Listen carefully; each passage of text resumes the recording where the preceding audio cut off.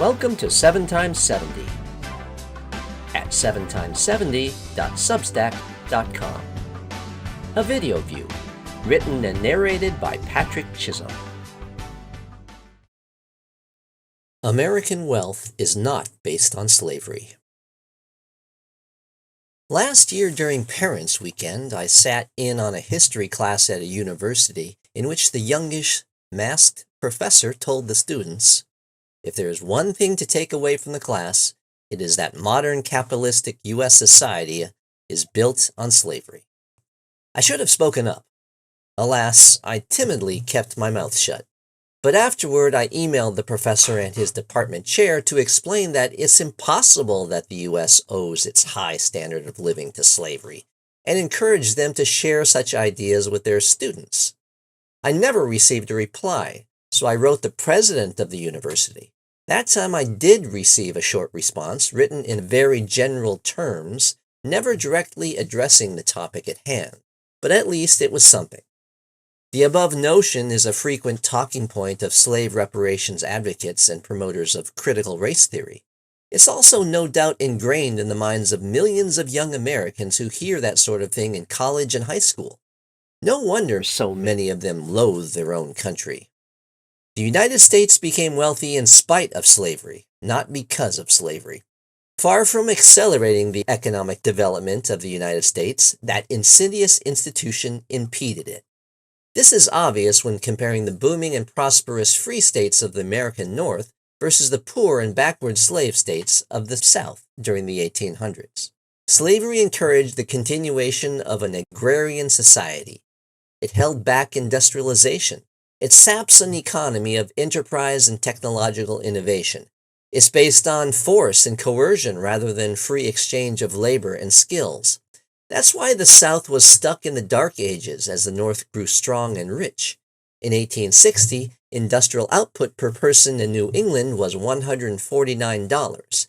In the American South, it was $19. When New York politician and eventually Lincoln's Secretary of State, William Seward, visited Virginia in 1835, he saw, quote, "an exhausted soil, old and decaying towns, wretchedly neglected roads, and, in every respect, an absence of enterprise and improvement.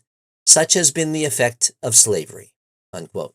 The North, by contrast, had fast-growing cities, booming manufacturing, and an extensive railroad network. Railroads prompted business and commerce to proliferate even more in the North. In the South, investment funds for railroads were scarce. Resources were frozen in the form of slave labor. Most earnings were plowed back into slaves and land, leaving little for transport or manufacturing. Slavery incentivized owners to focus on agriculture rather than industry. The problem was cultural as well. One historian writes of an aristocratic spirit among the Southern planters, accustomed to luxury and ease rather than enterprise and entrepreneurship. The growing of tobacco and cotton, which were the South's dominant products, was highly labor-intensive.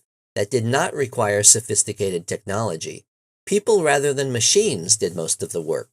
This held back the rise of factories and the growth of cities.